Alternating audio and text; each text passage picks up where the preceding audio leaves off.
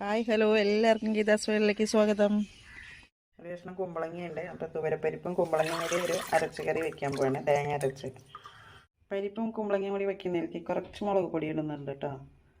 ഒരുപാട് മുളക് പൊടി വേണ്ട, ഇതിനകത്ത് എരിവ് വേണ്ട. പിന്നെ 2 പച്ചമുളക് ഇതിനകത്ത് ചേർക്കുന്നുണ്ട്, പൊടി ചേർക്കുന്നുണ്ട്. ഇത് കുക്കറിലാണ് കേട്ടോ വേവിക്കുന്നത്. കുറച്ച് ഉപ്പും കൂടി ഇട്ടിട്ട് വെള്ളമൊഴിച്ച് 2 വിസിലടിക്കും. അത് കഴിഞ്ഞിട്ട് തേങ്ങ അരച്ച് ചേർക്കാം. കുറച്ച് വാളൻപുളി പിഴിഞ്ഞത് ഒഴിക്കുന്നുണ്ട് കേട്ടോ. നമ്മുടെ പരിപ്പും കുമ്പളങ്ങയും വേവിച്ച് വെച്ചിരിക്കുകയാണ്. അതിലേക്ക് നല്ല ജീരകവും തേങ്ങ കൂടി അരച്ച് ഒഴിക്കാൻ പോവാണേ. മിക്സിയിലാണ് അരയ്ക്കുന്നത്. നല്ല വടിക അരയ്ക്കണം എന്നൊന്നുമില്ല, ശക്കലം തരിതരിപ്പായാലും കുഴപ്പമില്ല കേട്ടോ. തേങ്ങ അരച്ചത് ഒഴിക്കുകയാണ്. ഒന്ന് പതുക്കെ ഒന്ന് തിളച്ച് വന്നാൽ നമുക്ക് ഇറക്കാം.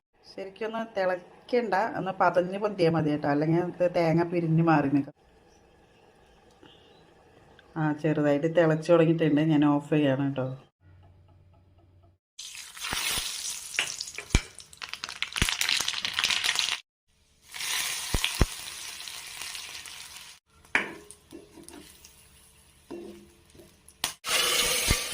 Thank you for watching.